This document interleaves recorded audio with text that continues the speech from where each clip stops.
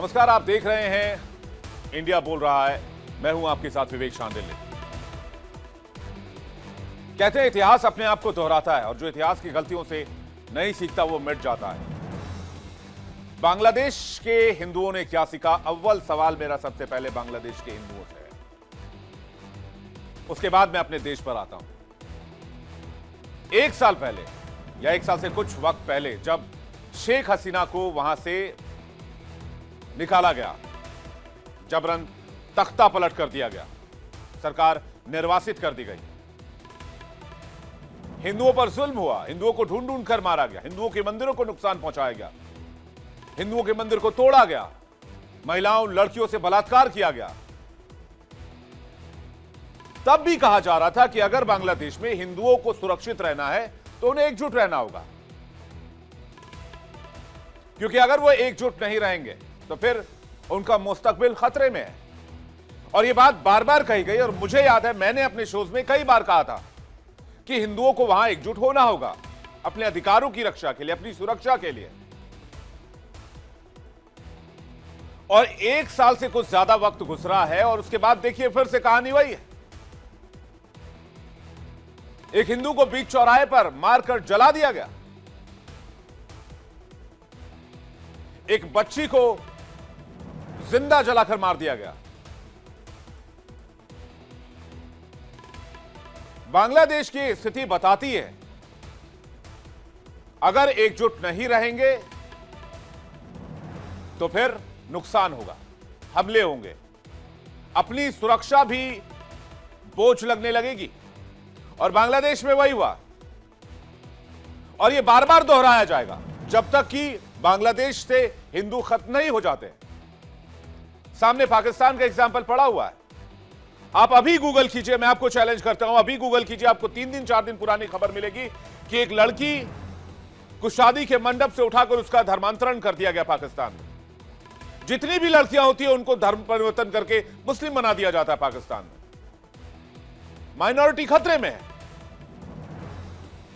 तो पाकिस्तान के रास्ते पर बांग्लादेश है। जब भारत पाकिस्तान अलग हुए तो पाकिस्तान में 17 से 18% हिंदू माइनॉरिटी थे, आज की तारीख में 1 से 1.5% है। और यही आंकड़े बांग्लादेश के भी हैं। लेकिन लोग पूछ रहे हैं कि हिंदुस्तान क्या कर सकता है इसमें, भारत क्या कर सकता है, भारत कुछ एक्शन क्यों नहीं लेता वहां के हिंदुओं के लिए। भारत ने already CA citizen amendment act को पास किया है, जिससे वहां के हिंदू अल्पसंख्यक भारत में नागरिकता के लिए अप्लाई कर सकते हैं। लेकिन दूसरा पहलू देखिए इस खबर का, जिस पर मुझे सबसे ज्यादा ऐतराज है।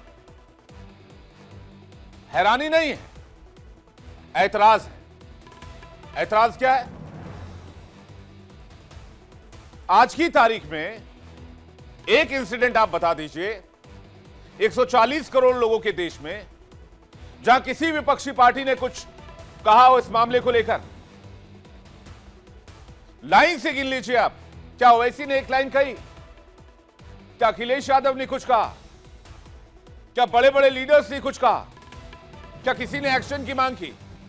क्या किसी ने भारत सरकार से कोई डिमांड की?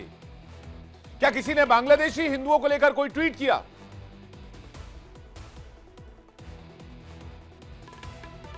राफा में जब दूसरे धर्म के ऊपर अत्याचार हो रहा था तो हमारे ही देश में #all eyes on Rafah trend कराया जा रहा था। कितने सोशल मीडिया इन्फ्लुएंसर्स ने #all eyes on Rafah trend किया? कितने बॉलीवुड के लोगों ने इसे ट्रेंड किया? लेकिन आज की तारीख में आप बता दीजिए कि बॉलीवुड की तरफ से कोई 2-4 लाइनें आई हो, ये टुकड़े टुकड़े की बात करते हैं, उनकी तरफ से कोई लाइन, कोई विरोध, कोई डिमांड आई हो अभी तक? कौन बोलने वाला है हिंदुओं के लिए? #All eyes on Bangladeshi Hindu, #all eyes on Pakistani Hindu, Pakistani minority.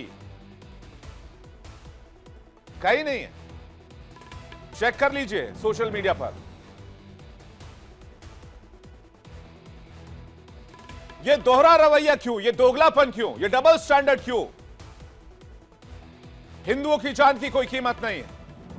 हिंदुओं के लिए कोई बोलने वाला नहीं, क्योंकि हिंदुओं का वोट बैंक नहीं होता, हिंदू एकजुट होकर वोट नहीं करते। सिटीजन अमेंडमेंट एक्ट को लेकर इस देश में प्रोटेस्ट का एक लंबा दौर चला, जिसको मैंने भी कई जगह जाकर कवर किया। इस देश के मुसलमानों का एक लेना ना दो देना था सिटीजन अमेंडमेंट एक्ट से, फिर भी हाईवेज जाम रहे, सड़कें जाम रही, दिल्ली के बॉर्डर जाम रहे। वहीं दूसरी तरफ आप देख लीजिए, तस्वीरें आपके सामने हैं, कितने कैंडल मार्च, कितने विरोध प्रदर्शन, कितने सवाल, कितने क्वेश्चन, चाहे किसी भी क्लास की तरफ से आप ले लीजिए, जीरो। बांग्लादेश में हिंदुओं को चुन चुन कर मारा जा रहा है। तस्वीरें बयां कर रही स्थिति क्या है। सबसे ज्यादा असर अल्पसंख्यक हिंदू समुदाय पर है। बीते कुछ महीनों में हिंदुओं के खिलाफ अत्याचार की घटनाएं बढ़ी हैं। हाल के दिनों में दीपू चंद्र दास की बेरहमी से हत्या ने एक बार फिर सवाल को जिंदा कर दिया है। बांग्लादेश में हिंदू समुदाय खतरे में है, यह सवाल नहीं है। वैसे मैं आपको बता दूं, अगर मेरी आप मानेंगे, यह हकीकत है, यही फैक्ट है। बांग्लादेश में हिंदू खतरे में है। यस, बांग्लादेश में जो हालात नजर आ रहे, कुछ हद तक वही तस्वीर भारत के एक और पड़ोसी देश पाकिस्तान में देखने को मिलती थी। लेकिन पाकिस्तान के रिजीम से हिंदुओं ने क्या सीखा बांग्लादेश? यह कभी ईस्ट पाकिस्तान हुआ करता था, जिसको भारत ने लिबरेट किया, भारत ने आजादी दिलाई। लेकिन वहां की नई जनरेशन को लगता है कि वो हिंदुओं को मारकर नॉर्थ ईस्ट पर कब्जा कर लेंगे। खुलेआम वॉर मॉन्गरिंग की जा रही है बांग्लादेश की सड़कों पर। वहां की यूनुस सरकार खामोश है, चुप है। जैसे लगता है वो रातों रात भारत पर अटैक करके सेवन सिस्टर्स को अलग कर लेंगे और वहां से सारे हिंदुओं को खत्म कर देंगे। लेकिन इंसान औकात में रहे तो ही बेहतर होता है। औकात से बाहर तो चादर भी नहीं मिलती। अब हिंदुओं को निशाना बनाया जा रहा है। कट्टरपंथी ताकतों को यूनुस सरकार हवा दे रही है। बांग्लादेश हिंदू बौद्ध ईसाई यूनिटी काउंसिल की 2024 की आप रिपोर्ट देखेंगे तो चौंक जाएंगे। 2024 जनवरी से जून 2024 के बीच 2442 सामाजिक हिंसा से जुड़े अपराध दर्ज किए गए। इसमें हत्या, यौन उत्पीड़न यानी कि बलात्कार, आगजनी, धार्मिक आधार पर हमले, जिस तरह से बांग्लादेश में हिंदुओं को टारगेट किया जा रहा है, यह ठीक वैसा ही है जिस रास्ते पर कभी पाकिस्तान चला था और पाकिस्तान में आज हिंदू खात्मे की कगार पर है। अल्पसंख्यक क्या खुद को असुरक्षित महसूस कर रहे हैं? क्या है पाकिस्तान की कहानी जिस रास्ते पर बांग्लादेश है? पाकिस्तान में हिंदू आबादी कुल जनसंख्या का करीब 1.2% रह गया और लगातार डिक्लाइन है इस मामले में। आंकड़े में ज्यादातर सिंध प्रांत में रहते हैं, लेकिन अल्पसंख्यक होने की कीमत हिंदू समुदाय को लगातार चुकानी पड़ी है। 2023 के अंतर्राष्ट्रीय धार्मिक स्वतंत्रता रिपोर्ट के मुताबिक सिर्फ एक साल में पाकिस्तान में जबरन विवाह और धर्मांतरण के 103 मामले सामने आए। सबसे ज्यादा निशाने पर रही अल्पसंख्यक हिंदू समुदाय से आने वाली छोटी छोटी बच्चियां, नाबालिग लड़कियां, क्योंकि पाकिस्तान में कोई एज लिमिट नहीं है शादी के लिए, इसलिए हिंदुओं का कन्वर्जन करा के उनकी मुसलमानों में शादी करा दी जाती है। पाकिस्तान में हिंदू तो छोड़िए, हिंदू धार्मिक स्थल भी सुरक्षित नहीं है। साल 2025 में अल्पसंख्यक मामलों की संसदीय समिति के सामने एक रिपोर्ट पेश की गई, जिसे शहबाज शरीफ की पोल खोलकर रख दी। रिपोर्ट के मुताबिक पाकिस्तान में कुल 1867 मंदिर मौजूद हैं और उनके साथ कुछ गुरुद्वारे भी है। लेकिन चौंकाने वाली बात यह है कि सिर्फ 37 मंदिर ही चालू हालत में है, बाकी या तो बंद है या तोड़ दिया गया या जर्जर स्थिति में पहुंचा दिए गए। पाकिस्तान के ही दो प्रमुख अखबारों की रिपोर्ट बताती है कई सदियों पुराने मंदिर सरकार की अनदेखी के कारण अब खत्म होने की कगार पर है।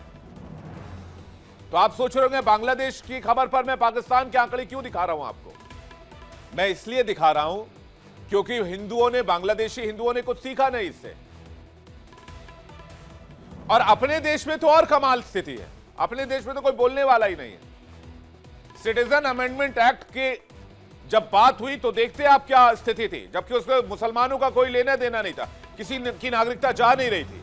सिटीजन अमेंडमेंट एक्ट में बस एक बात थी कि पाकिस्तान बांग्लादेश में रहने वाले हिंदू माइनॉरिटीज को भारत का भारत की नागरिकता आसानी से मिल सके, यही बात, इतनी सी बात थी। इससे भारत का पूरा मुस्लिम समाज उबल पड़ा, जगह जगह प्रोटेस्ट होने लग गए कि भाई मुसलमानों को यह राइट क्यों नहीं मिला। तो मुसलमान नहीं पिस रहे ना पाकिस्तान बांग्लादेश में, मुसलमानों की बेटियों के साथ बलात्कार नहीं हो रहे पाकिस्तान बांग्लादेश में, हिंदुओं की बेटियों के साथ हो रहे, उनको जिंदा जलाया जा रहा है। आज बांग्लादेश में एक व्यक्ति को बीच चौराहे पर जिंदा जला दिया गया, वो हिंदू समुदाय से था, लेकिन पूरा मुल्क खामोश बैठा है। मानवाधिकार गैंग गायब है, बड़े बड़े सोशल मीडिया इन्फ्लुएंसर्स गायब हैं, अंतर्राष्ट्रीय चेतावनी भी बेअसर है, कहीं से कोई वार्निंग नहीं है। यूएन खामोश है, अमेरिका खामोश है, यूरोप खामोश है। ऑस्ट्रेलिया के बोंडाई बीच पर अटैक हुआ, जहां टूरिस्टों को निशाना बनाया गया, यहूदियों को निशाना बनाया गया, तब तो पूरी दुनिया बोल रही थी। हिंदुओं के खिलाफ जब हिंसा होती है तो कोई कुछ क्यों नहीं बोलता है। सवाल तो यह भी है कि भारत का विपक्ष भी इस मुद्दे पर खामोश नजर आ रहा है, क्योंकि हिंदू वोट बैंक नहीं होता है, हिंदू बटा हुआ होता है। हम अपने देश में भाषाई आधार पर बटे होते हैं, राज्य के आधार पर बटे होते हैं। बिहारी अलग है, मराठी अलग है, कन्नडिगा अलग है, आंध्र में रहने वाले लोग अलग है, मध्य प्रदेश में लोग रहने वाले अलग है, गुजराती अलग है, कश्मीरी अलग है। हम अलग हैं, हम बटे हुए हैं,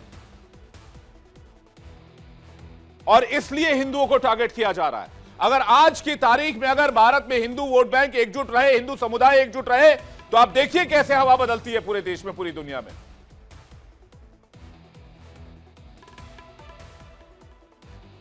आज की तारीख में कोई एक शब्द बोलने को तैयार नहीं है, और इसी मुद्दे पर आज करेंगे सबसे बड़ी डिबेट। मेहमानों का एक बड़ा पैनल हमारे साथ जुड़ रहे हैं। मेजर जनरल अनुज माथुर हमारे साथ जुड़ रहे हैं, भू राजनीतिक विश्लेषक हैं, रक्षा विशेषज्ञ हैं, स्वागत है आपका। मेजर डॉक्टर अली शाह हमारे साथ जुड़ रहे हैं, रक्षा विशेषज्ञ, स्वागत है आपका। मेजर आशीष चतुर्वेदी हमारे साथ जुड़ रहे हैं, रक्षा विशेषज्ञ हैं, स्वागत है आपका। डॉक्टर धीरज कौल हमारे साथ जुड़ रहे हैं, बहुत स्वागत है आपका। और सूर्य मैथिल हमारे साथ जुड़ रहे हैं, राजनीतिक विश्लेषक, आपका बहुत बहुत स्वागत है। सूर्य मैथिल जी, मैं आपसे सबसे पहला सवाल पूछना चाहता हूं, बांग्लादेश की स्थिति को लेकर आज की तारीख में अगर इस देश में कोई सवाल पूछा जाए तो क्या किसी को कोई फर्क पड़ने वाला है? इतनी खामोशी, इतना सन्नाटा, हिंदू वोट बैंक नहीं है इसलिए ना। अगर हिंदू आज की तारीख में एकजुट होकर वोट बैंक किसी का बन जाए, फिर देखिए आप सारी पार्टियां कैसे भागती है हिंदुओं के पीछे। बांग्लादेश के हिंदुओं को लेकर आज की तारीख में क्यों नहीं बहुत सवाल पूछा जाना चाहिए, सवाल उठाया जाना चाहिए इस देश में? सूर्य मैथिल जी। धन्यवाद विवेक जी। पहले तो आपको और पूरे देश को भारत माता की वंदे मातरम। और विवेक जी, ये जो आपने प्रश्न कर दिया, ये प्रश्न ऐसा है जिसका जवाब कोई भी देने को बिल्कुल भी तैयार नहीं है। और मैं बहुत ही ज्यादा इस समय में नाराज हूँ, चाहे वो देश की सरकार ही क्यों ना हो, क्योंकि मैं सभी मंचों से हमेशा से सरकारों के साथ खड़ा रहा हूँ जो अच्छा काम करता है। लेकिन आज मुझे ऐसा महसूस हो रहा है कि एक तरफ तो मुस्लिम ब्रदरहुड की बात की जाती है, और यदि कहीं पे कोई एक कार्टून भी बन जाता है तो उस कार्टून के बनाने वाले की गर्दन काटने के लिए भारत के अंदर भी लंबी लंबी जमातें सड़कों पे उतर आती हैं।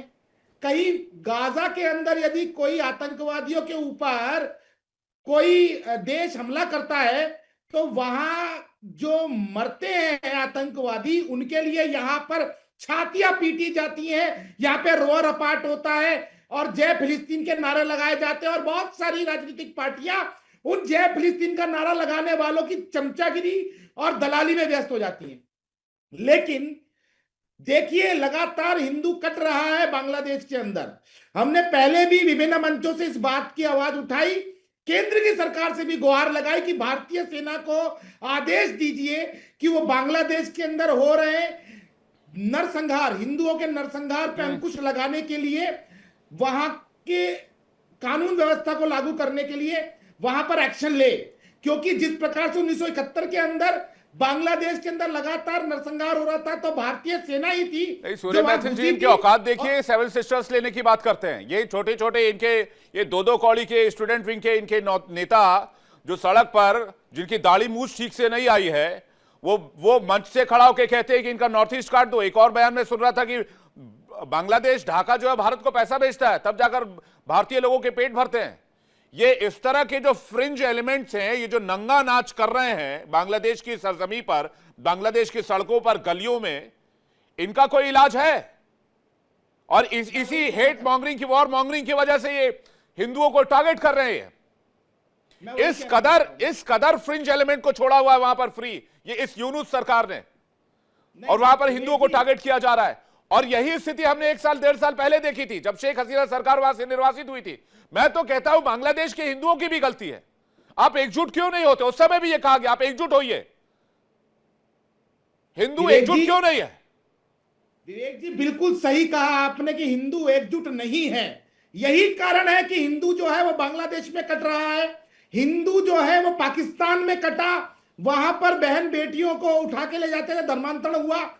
लगातार पूरे विश्व में हिंदुओं के संग जो हो रहा है, ये कारण एक है क्योंकि हिंदू जो है वो वर्ल्ड ब्रदरहुड में समझ बिल्कुल भी विश्वास नहीं करता, वो अपनी मातृभूमि से प्यार करता है। लेकिन जो मुसलमान होता है, इस्लाम होता है, वो पूरे विश्व में अपना ब्रदरहुड निपटाता है। यही कारण है कि आज ये आप तस्वीरें देख रहे हैं। नहीं, और हम मुझे तो देखिए वो वसुधैव कुटुंबकम में यकीन रखते हैं, पूरी दुनिया वसुधा है, सही बात है, लेकिन जब खतरा होगा तो हथियार भी उठाएंगे। परशुराम वाली जो संस्कृति है वो भी इसी धर्म में है।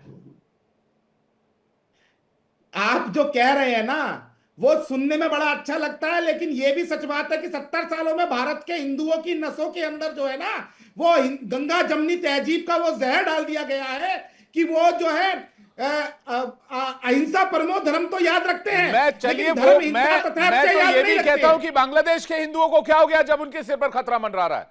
तो क्या ऐसे समय में भारत सरकार को क्या करना चाहिए? मैं माथुर सर से एक सवाल ले लूं जल्दी से, क्या हम अपनी आर्मी भेज दें? माथुर सर। देखिए विवेक, सबसे पहले तो आपको जय हिंद, जितने लोग यहाँ बैठे हैं उनको जय हिंद सर। नमस्कार। देखिए, सबसे बड़ी बात ये आपने बिल्कुल सटीक बात कही है। एक चीज हमको समझने की जरूरत है, आप किसी भी धर्म का पालन करते हो, अगर आप अमेरिका में रह रहे हैं तो आप अमेरिकन हैं, अगर आप ब्रिटेन में रह रहे हैं तो आप ब्रिटिश हैं, अगर आप रशिया में रह रहे हैं तो आप रशियन हैं, लेकिन हिंदुस्तान एक ऐसा देश है जहां पर कि कोई रह रहा है वो हिंदुस्तानी नहीं है। और अगर आप उसको हिंदुस्तानी कहने का प्रयास करते हैं तो यहां की राजनीतिक पार्टियां उसको विरोध करती हैं।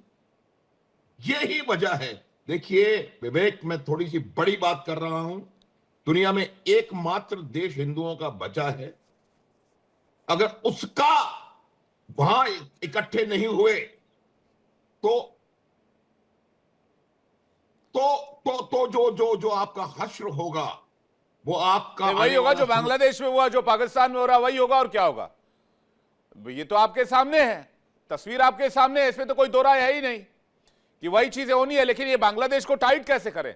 ये 3 तरफ से लैंडलॉक्ड कंट्री है, और 3 तरफ से लैंडलॉक्ड होने के बावजूद ये वहां के फ्रिंज एलिमेंट्स भारत को आंखें दिखा रहे हैं, एम्बेसी में हमले कर रहे हैं, वीजा ऑफिसर्स में हमले कर रहे हैं। मैं कॉल साहब से एक रिएक्शन चाहूंगा, उसके बाद मेजर साहब और अली शाह जी, मैं आपके पास आ रहा हूं। कॉल साहब नमस्कार, thank you for having me on the show. और आपने बहुत ही इंपॉर्टेंट टॉपिक रेज किया है। मैंने जैसे आपको बताया, बांग्लादेशी कम्युनिटी के लोगों से कनेक्टेड हूँ, अलग अलग रिलीजन से आते हैं। जो हिंदूज इन बांग्लादेश है वो प्रोसिक्यूशन तो कई दशकों से चल रहा है। और आपको जानकर शायद आपको पता ही होगा ऑलरेडी, जब ईस्ट पाकिस्तान बना था तो उसके लैंड के अगर आप एक्यूजेशन देखें तो उसमें बहुत बड़ी मात्रा में भारतीय हिंदुओं का लैंड और प्रॉपर्टी ओनरशिप थी। अगर आप उनके डॉक्यूमेंट्स उठाएं, 71 की लड़ाई के बाद वो काफी तेजी से मैटर ऑफ फैक्ट कम हुई। और इन्फ्लुएंसेस में भी आप देखिए, उनके टॉप प्लेसेस में, ब्यूरोक्रेसी में भी काफी हिंदुओं का कंट्रीब्यूशन था, अगर आप रिलीजन पे बात करें। लेकिन ओवरऑल आई पर्सनली बिलीव कि बांग्लादेश के जो मुस्लिम है, दे वर मोर लिबरल देन पाकिस्तानी फंडामेंटलिस्ट्स। लेकिन एक बात जनरल साहब ने बहुत इंपॉर्टेंट बोली, जिससे मैं टोटली एग्री करता हूं, कि आप पोजीशन ऑफ पावर से निगोसिएशन कर सकते हैं। जो आपने अश्वत्थामा या विश्वामित्र एंड ऑल दोज, आप जो अभी नाम ले रहे थे, I am sorry, I am forgetting, वो जो जिन्होंने ट्रेन किया था महाभारत में, परशुराम जी, वो ब्राह्मण समाज से आते थे और 21 बारी क्षत्रियों का उन्होंने, आई बिलीव, और सारे दुनिया के सारे शस्त्र उनके पास थे। शिव जी के डायरेक्ट चेले थे, ट्रेन थे।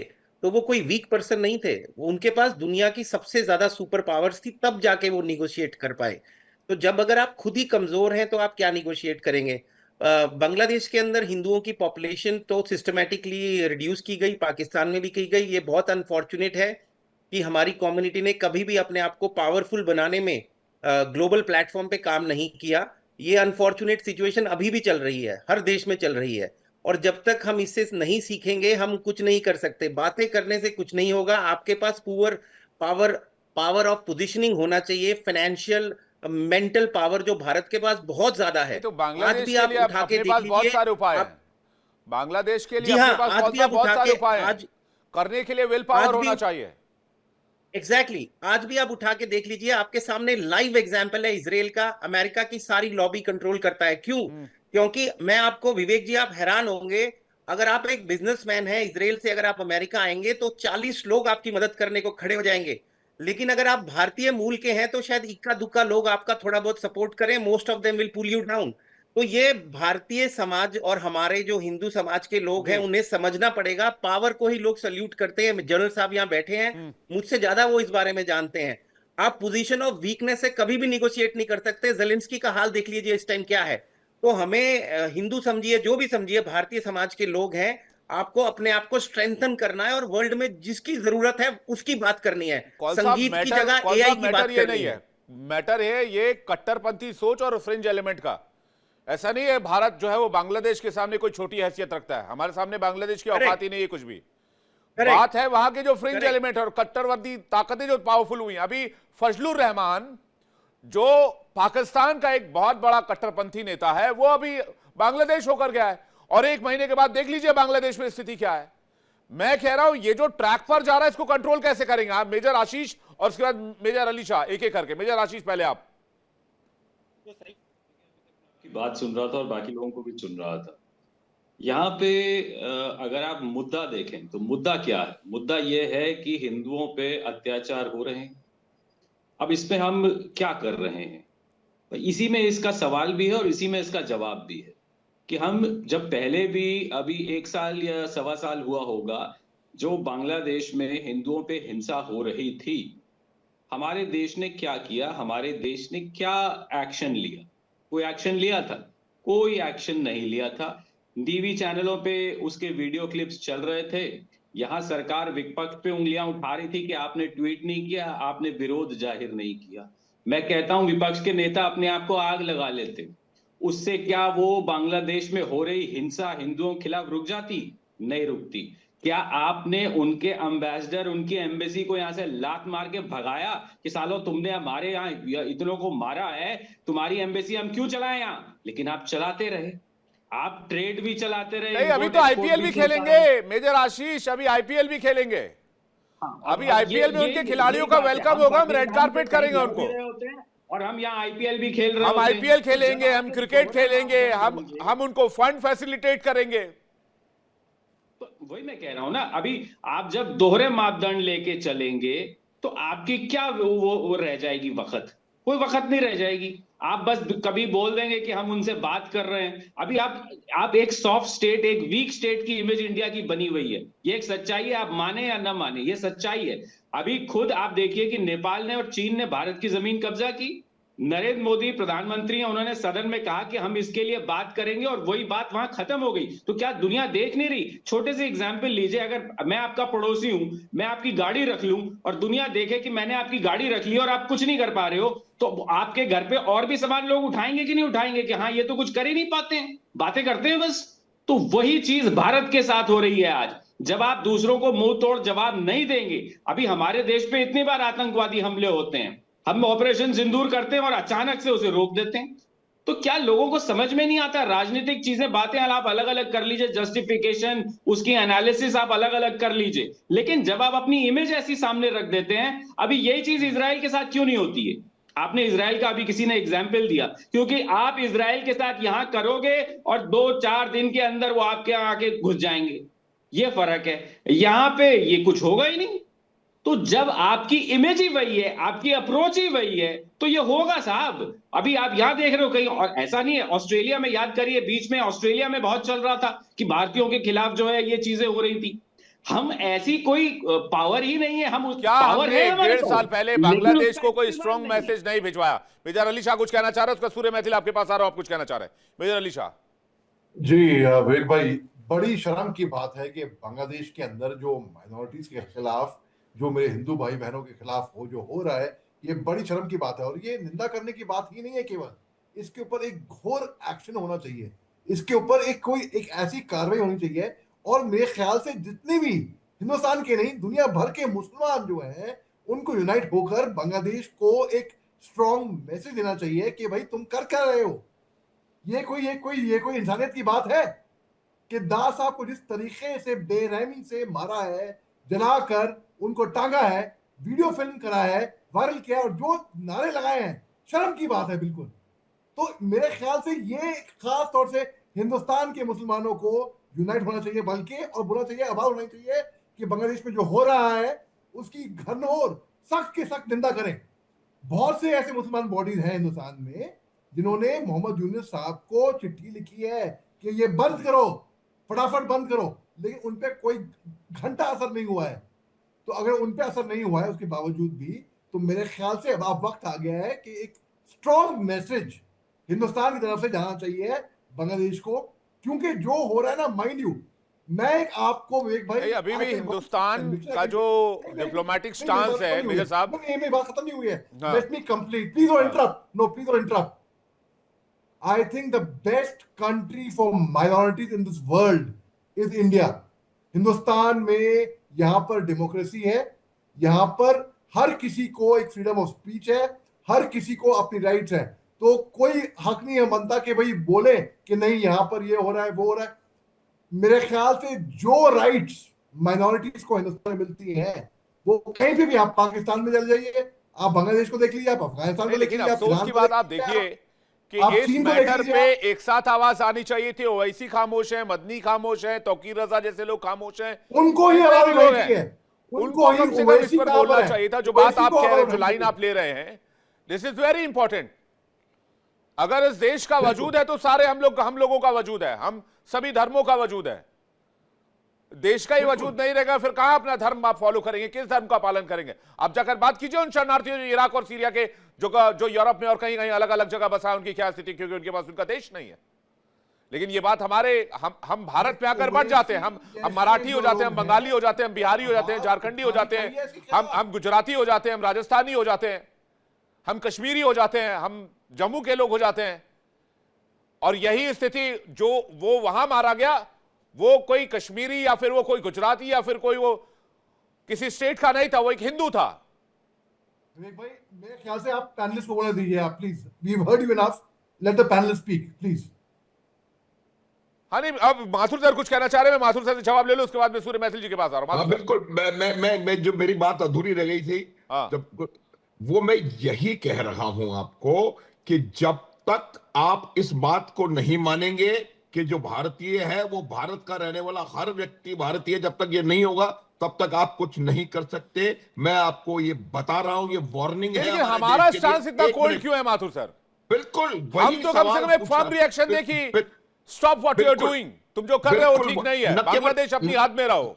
विवेक, न केवल हमारा बल्कि पूरी दुनिया का जो स्टांस है, ये एक क्यों हो रहा है, ये मैं इनके जो हमारे मित्र अमेरिका से लाइव है उनके साथ मैं बिल्कुल धीरज के साथ बिल्कुल साफ बात मानता हूं इस बात को कि हमारी इमेज एक सॉफ्ट कंट्री की इमेज है। और इसी वजह से आज ऑस्ट्रेलिया में जब ज्यूस पे हमला होता है तो उसकी पूरी दुनिया में तहलका मचता है, भारतीय पर हमला होता है तो कहीं कोई बात नहीं होती है। ये इसलिए है क्योंकि हमको लोग समझते हैं कि ये कुछ नहीं करेंगे, इनके अपने देश में ऐसे लोग हैं। मैं आपको बताना चाहता हूं विवेक, वो मुसलमान नहीं है, वो कोई सब प्रकार के लोग हैं।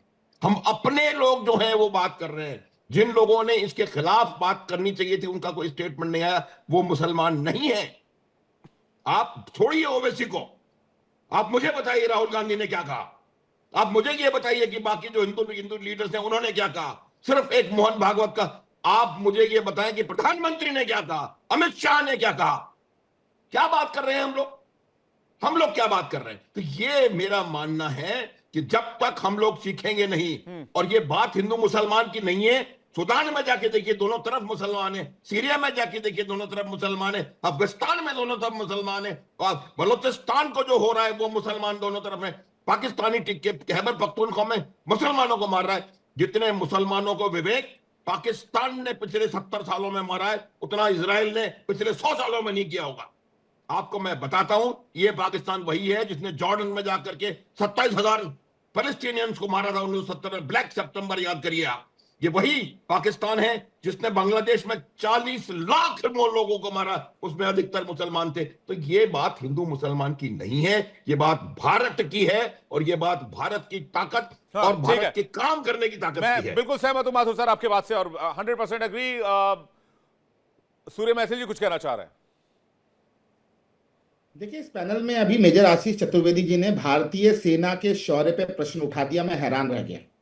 खुद भी वो भारतीय सेना के पूर्व अधिकारी रहे हैं, और उसके बाद भी यदि वो भारतीय सेना पर इस प्रकार का प्रश्न उठा रहे हैं तो ये बताता है कि वो राजनीतिक रूप से कितना ज्यादा गुलामी की स्थिति में है।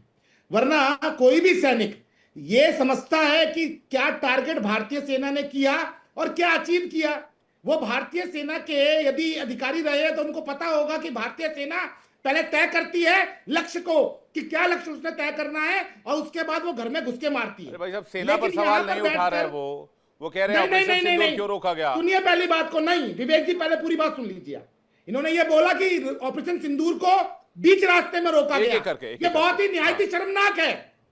तय किया था, भारतीय सेना ने अंदर घुस के मारा, बहावलपुर तक मारा, और न जाने कहां कहां तक फेल दिया। रावलपिंडी गया, उसके अलावा सरगोदा गया, न जाने कहां कहां तक भारतीय सेना ने अपनी ब्रह्मोस फेल दी। ये भारतीय सेना के शौर्य पर प्रश्न बगैर उठाइए। गवर्नमेंट के परमिशन के सेना थोड़ी हमला कर देगी। सुनिए, वही मैं कहना चाहता हूं। देश की बात कर रही है सर, इनकी बात सुनिए आप, पूरी बात सुन लीजिए सर। आप दूसरी चीज, डोंट मिसअंडरस्टैंड। मेजर एक एक करके देखिए, हम लोग मेजर आशीष ने डाइवर्ट ना करें, टॉपिक पे रहे। मैं फिर से कह रहा हूं, सवाल करा ही नहीं है। Don't put word in his mouth. Major Ashish घुस खुद के मारना एक जानती है, और भारतीय सेना बहुत मजबूत है। सर ऐसे मत करिए सर, ऐसे मत नहीं, लेकिन करिए। सूर्य मैथिल जी, अब भारत अगर दोस्तों का दोस्त है तो दुश्मनों का दुश्मन भी है ना। मेरा क्वेश्चन सूर्य मैथिल जी आपसे है, भारत अगर दोस्तों का दोस्त है तो दुश्मनों का दुश्मन भी है, राइट? कोई गलत बात नहीं है इसमें। तो फिर हमारा डेटरेंस बांग्लादेश में क्यों नहीं है कि अगर गलत करोगे तो बगल में हिंदुस्तान खड़ा है? अब आपको मैं एक बात और बताता हूं। मेरी नाराजगी है कि भारतीय सेना को प्रत्यक्ष रूप से घुस के वहां पर जो 50 किलोमीटर का चिकन नेक के कहते हैं, जिनकी दाढ़ी मूछ भी नहीं आई है, वो कहते हैं चिकन नेक काट लेंगे, वहां पर उस कॉरिडोर को 300 किलोमीटर, 350, 400 किलोमीटर का बना देना चाहिए। पहली चीज ये तो करना ही चाहिए। मुझे लगता है रंगपुर को आप जोड़ दीजिए ना चिकन नेक से, जो बांग्लादेश का रंगपुर है उसको जोड़ दीजिए चिकन नेक से। खत्म चिकन नेक, बात ही खत्म चिकन नेक की, हमेशा हमेशा के लिए। आप मुद्दे पर आइए सर। बांग्लादेश में हिंदुओं पर अत्याचार हो रहा है, अपने देश में इतना सन्नाटा क्यों? जल्दी से मुद्दे पर आइए सर।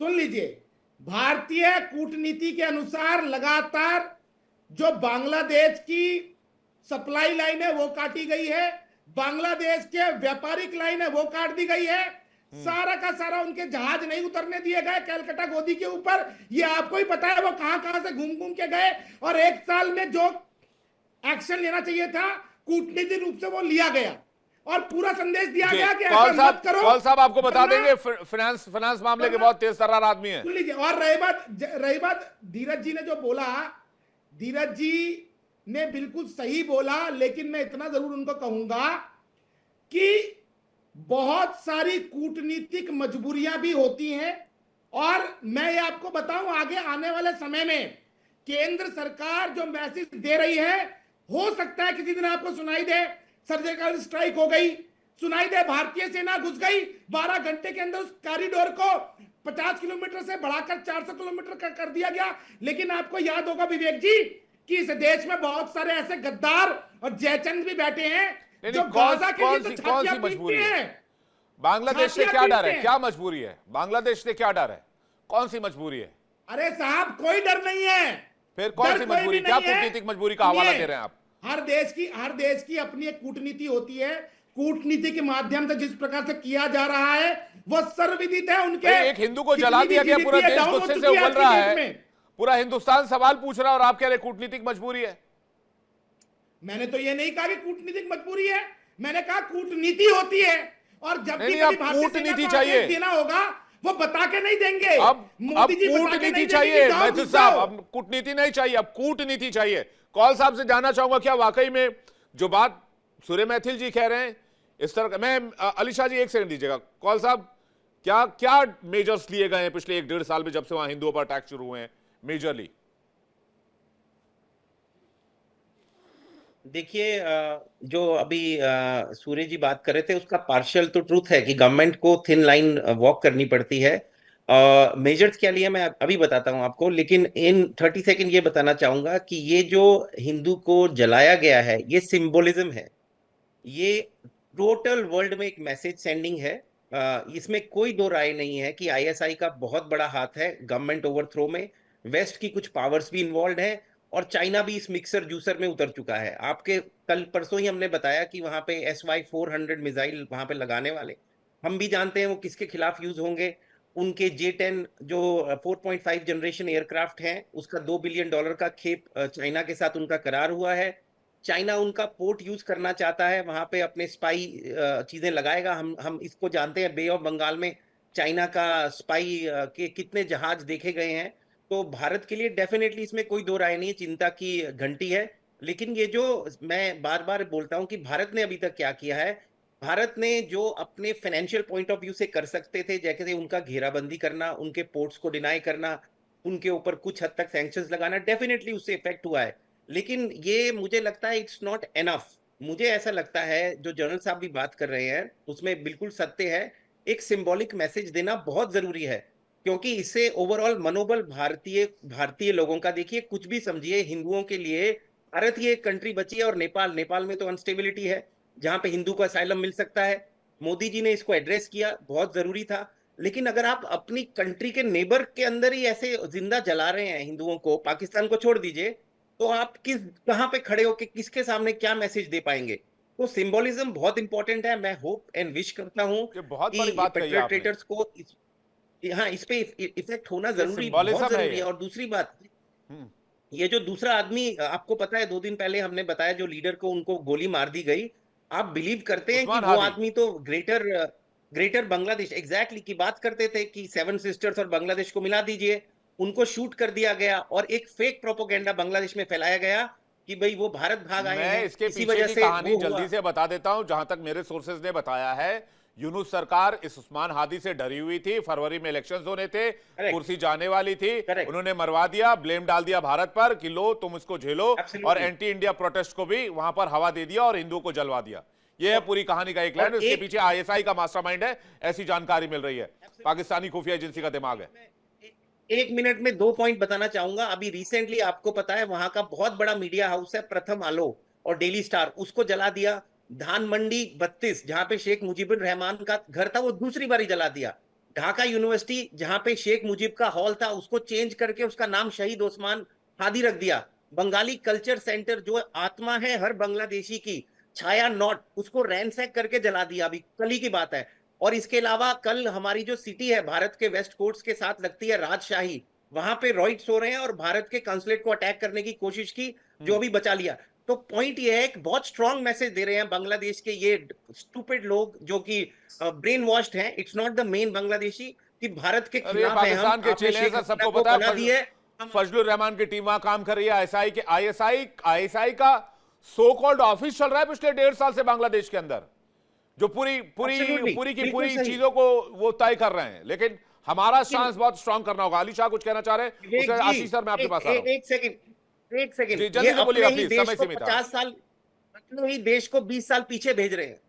नहीं वो तो जाहिर है सर, उससे कट्टरवादी ताकतों को कोई असर नहीं पड़ता सर। वो 20 साल क्या 50 साल पीछे भी भेज दे उनको कोई फर्क नहीं पड़ता। अली शाह कुछ कह रहे हैं? अली शाह नहीं, सबसे पहले तो मैं एक बात क्लियर करना चाहूंगा कि मेजर आशीष साहब एक बहुत बहादुर सैनिक रह चुके हैं। इन्होंने कभी देश की सेना के शौर्य पे कभी सवाल करा ही नहीं है और ना ही कर सकते हैं। मैं कभी कतई नहीं मानूंगा ये बात कि कोई भी फौजी कभी देश की, तो please don't put words in anyone's mouth, it's not fair, let's be fair. दूसरी बात, बांग्लादेश की बात करते हैं। बांग्लादेश जो है वो शातिरबाजी कर रहा है, अभी चालाक बन रहा है बहुत, पाकिस्तान से नजदीकियां बना रहा है और चीन से भी नजदीकियां बना रहा है। 2 पनडुब्बियां थी बांग्लादेश के पास, वो 8 पनडुब्बियों की बात कर रहा है। और जो 20-22 किलोमीटर का जो चिकन नेक कॉरिडोर है, जो सिलीगुड़ी का कॉरिडोर है, उसकी बात करें, हम ले लेंगे, हम कटौती कर देंगे। अरे हम में कोई दम नहीं, लेकिन हम किसी से कम नहीं। ये बातें जो पाकिस्तान की बातें होती है ना, वो पाकिस्तान की भाषा बोल रहा है बांग्लादेश। और ये मोहम्मद यूनुस की सरकार, इनको लगा कि नोबेल लॉरेट है, पीसफुल आदमी है, मगर हमेशा से 2016 में पहली मर्तबा हिंदुस्तान, ये बांग्लादेश की और चीन की के रिश्ते बढ़े। और बांग्लादेश के अंदर एक नहीं, अब ट्रेडिशन है। हम क्या करें मेजर साहब, अब हम क्या करें? अब नहीं, ये है हम कि आर्मी भेज दें, पूरे ऑप्शन 1, हम इंसानियत के कोई तौर लिमिटेड पे- टैक्टिकल ऑपरेशन लॉन्च करें, ऑप्शन 2, ऑप्शन 3 हम बांग्लादेश पे सैंक्शंस लगाएं क्योंकि लैंडलॉक्ड कंट्री है, 3 तरफ से भारत से घिरा हुआ है वो, उसको हम चारों तरफ से घेरना शुरू करें। व्हाट अरे, शुड वी अगर डू, आप क्या पैनलिस्ट करना को बोले चाहिए? देंगे तो पैनलिस्ट बोल पाएंगे ना दोस्त, पैनलिस्ट को बोले दो यार। बोलिए ना सर, आप ही से तो पूछ रहा हूं, बार बार तो पूछ रहा हूं, क्या करें नेक्स्ट, क्या व्हाट? इसके देखिए, अगर हम निंदा करेंगे, निंदा तो काफी नहीं है केवल, बल्कि निंदा भी इतनी करो कि हर किसी नागरिक का फर्ज बनता है, हर किसी का फर्ज बनता है, क्योंकि इंसानियत के नाम के नाते लोगों ने आवाज उठाई फलस्तीन के लिए, अच्छी बात है, उठाइए, इंसानियत के लिए उठाइए, मगर कहां पे आप बांग्लादेश के लिए खामोश क्यों हो गए? फिर बांग्लादेश के अंदर जो माइनॉरिटीज के खिलाफ हो रहा है ना, लोग कहेंगे कि एआई जनरेटेड वीडियोस, क्या एआई, ऐसे ऐसे एप्स आ चुके हैं जहां पर मालूम पड़ता है कि एआई क्या है और नॉर्मल क्या है। बांग्लादेश के अंदर ऐसी हिंसा हुई है, और आई टोटली एग्री विद धीरज जी कि ये सिंबॉलिक एक संदेश दिया गया है बांग्लादेश की तरफ से, जो कि उनको काटना चाहिए। अभी जनरल साहब ने बिल्कुल दुरुस्त बात करी है कि बाकी लोग खामोश क्यों हैं। सबको मिलकर इसके खिलाफ सख्त के सख्त निंदा करनी चाहिए, सबको। और हर एक इंसान, हर एक देश का नागरिक, देश कोई सा भी हो, धर्म कोई सा भी हो, सबको इसके खिलाफ आवाज उठानी चाहिए। क्योंकि आज अगर आप चुप बैठोगे, जो लोग चुप बैठे हैं ना, कल उनके पास साथ होएगा ये। जो लोग तमाशा देखेंगे दूर बैठ के, कल उनके साथ में होएगा ये। तो ये ऐसी चीज, ऐसी खौफनाक तो- घटना, जी। और आप देखिए एक आदमी को मारने समझ के गया आपकी बात। 100 लोगों का झुंड आया। मेजर आशीष सर के पास जा रहा हूं। मेजर आशीष सर, क्या डेटरेंस कैसे बना है बांग्लादेश में? लेकिन एक बात मैं कहना चाहूंगा कि ये अंधापन है और इससे ज्यादा कुछ नहीं कह सकता। 1947 में ट्रेन से भर भर के काट काट कर भेजा गया, तब भी नहीं संभले। कश्मीर में 90 के दशक में क्या हुआ, तब भी नहीं संभले। पाकिस्तान देख लिया, बांग्लादेश देख लिया, तब भी नहीं संभले। अब नहीं संभले तो कब संभलेंगे? ये मेरे दिल की एक बात थी जो मैं कहना चाह रहा था। लेकिन अब क्या मेजर्स लिए जाएं, आशीष जी? देखिए, अगर सिर्फ एक मिलिट्री पॉइंट ऑफ व्यू से देखा जाए तो आज एक बहुत खराब स्थिति बनती जा रही है। आप देखिए कि पाकिस्तान और चाइना की बहुत ज्यादा नजदीकियां हैं, और अगर बांग्लादेश भी अभी, क्योंकि ये जाहिर सी बात है कि आईएसआई का बहुत बड़ा इन्फ्लुएंस है, और जो वहां ये अभी हुआ है उसमें आईएसआई ने बहुत मैनेज किया है चीजों को, तभी वहां सरकार इस तरीके से बदलती है। और अब जो बताया गया जो और पैनलिस्ट द्वारा, कि चाइना जो है वो नजदीकियां बढ़ा रहा है, जो भारत के लिए चाइना ने जमाते इस्लामी को इनवाइट किया है, चाइना में इनवाइट किया है। बिल्कुल। तो वही मैं कह रहा हूं कि इस प्रॉब्लम को केवल एक माइनॉरिटी और हिंदू प्रॉब्लम आप मत देखिए, ये इंडिया की प्रॉब्लम है। वो खतरा जो है, आप उसे 2-4 इंसिडेंट्स को मत देखिए। आने वाले टाइम में एक समय आएगा ऐसा जब आपको एक तरफ पाकिस्तान से लड़ना पड़ जाएगा, एक तरफ आपको बांग्लादेश से लड़ना पड़ जाएगा, और चाइना भी उधर से दोनों मैनेज कर रहा होगा। तो वो सिचुएशन हमारे लिए बहुत खराब होगी। तो बहुत जरूरी है कि हम बांग्लादेश को उसकी जगह आज दिखाएं, क्योंकि अगर आज आपने उसको बढ़ने दिया तो वो बढ़ते बढ़ते फिर वही स्थिति खड़ी हो जाएगी। जैसे पाकिस्तान के साथ हमारे साथ बॉर्डर पे डिस्प्यूट चलते हैं, वैसे इधर भी शुरू हो जाएंगे, और हम एक टाइम पे दोनों जगह लड़ने में हमारे लिए बहुत दिक्कत होगी, क्योंकि चाइना पक्का जो है इन दोनों को सपोर्ट करेगा। तो इसलिए ये बहुत जरूरी हो जाता है वर्तमान परिस्थिति में कि हम बांग्लादेश को स्ट्रॉन्ग मैसेज दे दें कि हम इस तरीके की कोई चीज बर्दाश्त नहीं करेंगे। याद करिए बीडीआर यानी जो बांग्लादेश राइफल्स है, कई बार उन्होंने बीएसएफ की पोस्ट पे फायरिंग तक करी है, मुझे याद आ रहा है कई वर्ष पहले ये भी खबरें आया करती थी, लेकिन हमने उस टाइम शायद कांग्रेस की गवर्नमेंट थी, तब भी रिएक्ट नहीं किया। आज स्थिति बढ़ते बढ़ते यहां तक आ गई है, इससे ज्यादा और ज्यादा बढ़ जाएगी आगे। तो अब मुझे जो मेरा मानना है कि first thing first, we should close down their embassy, send their ambassador back to Bangladesh. We have to give them such measures हमें उनके साथ अपना ट्रेड रोकना है, हम बहुत कुछ उनको खाने को सबसे देते पहले हैं, तो अगर इनकी हम वो बिजली काटो। रोकेंगे तो हम बहुत ये चीजें जितना मैनेज बिजली कर चला रहे पाएंगे, उतनी लेकिन वो उतनी करना तो इंटरनेट पड़ेगा चलाते हमें। हैं। हाँ सही बात है, मैं तो कहता हूँ बिजली काट दो इनकी, ये जो बिजली भेजा जा रहा है हाँ, यहाँ से। हम बिजली सप्लाई कर रहे हैं, हाँ हम क्यों दें भाई इनको बिजली काटिए बिजली? पहले, ये इनकी बिजली काटिए हाँ, तब बहुत इनको सिंपल अकल आएगी। मेजर है, माथुर आप सर कुछ बंद कहना करिए। चाह रहे हैं, जल्दी से माथुर सर। हाँ, देखिए मैं आपको यही बता रहा हूँ, हम बार बार चिकन स्नैक का इसका बात करते हैं। पहली बात तो चिकन स्नैक को चिकन स्नैक बोलना बंद करो विवेक, ये एक रेजर्स एज है, किसी की हिम्मत नहीं उसके ऊपर आंख उठा करके देख ले, उसकी आंख निकाल ली जाएगी। इंडियन आर्मी इसमें पूरी तरह से सक्षम है, इस बात में कोई शक न रहे। और इसको चिकन स्नैक बोलना मेरे हिसाब से बंद कर देना चाहिए। ये हमारी ताकत है, हमारी कमजोरी नहीं है। नॉर्थ ईस्ट ऑफ इंडिया को किसी दुनिया की ताकत वहां से उसके ऊपर आंख न लगा सकती, ये बात भी मैं बता देना चाहता हूं। अब आप जहां तक सवाल बांग्लादेश का है, बिल्कुल साफ समय है। हमें इस समय रिएक्शंस किसके क्या आ रहे हैं ये देखने की जरूरत नहीं है, हमें खुद स्टंस टफ लेना पड़ेगा। बांग्लादेश आपने जो कहा लैंडलॉक नहीं है, बांग्लादेश इंडिया लॉक्ड कंट्री है। चारों तरफ बांग्लादेश के इंडिया है और इंडिया की ताकत बांग्लादेश जानता है। और बांग्लादेश अगर ज्यादा कुछ और करने की कोशिश करेगा, धीरज साहब को मैं बताना चाहता हूं कि बांग्लादेश का वही 71 वाला हाल होगा, कोई इसमें शक ना रख ले, पहली बात।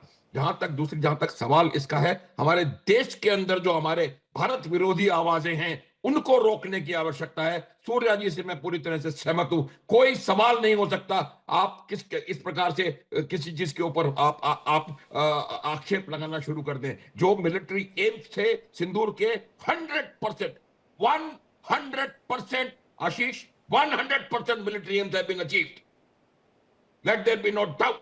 And after that we have told them कि हमने ये कर दिया, अब जो तुम्हें करना है वो कर लो। तो जहां तक सवाल मिलिट्री का है, प्लीज डू नॉट क्वेश्चन बात। अब सीधा सवाल ये है, हमको मैसेज देना है, इकोनॉमिकली देना है, हमको मैसेज मीडिया वॉरफेयर, हमको मैसेज बिल्कुल सही कह रहे हैं सर, मैं आपकी बातों से सहमत हूं। हमने 1.5 साल सब्र कर लिया, हमने 18 महीने लगभग सब्र कर लिया, लेकिन अब वक्त आ चुका है कि एक ऐसा जवाब भारत से जाए जिससे बांग्लादेश को उसकी हद मालूम हो कि उसे किस हद में रहना है। आप सभी मेहमानों का बहुत शुक्रिया हमारे साथ जुड़ने के लिए और अपना कीमती वक्त देने के लिए बहुत बहुत धन्यवाद, बहुत बहुत शुक्रिया। दर्शकों आपका भी बहुत बहुत धन्यवाद हमारे साथ जुड़ने के लिए। लेकिन बांग्लादेश को इस वक्त एक मैसेज जाना चाहिए, बहुत जरूरी है, बहुत इंपॉर्टेंट है, और 140 करोड़ देशवासियों से एक ही आवाज आनी चाहिए कि बांग्लादेश में जो माइनॉरिटी हैं वो भी हमारे भाई हैं और उनकी रक्षा बांग्लादेश सरकार सुनिश्चित करे।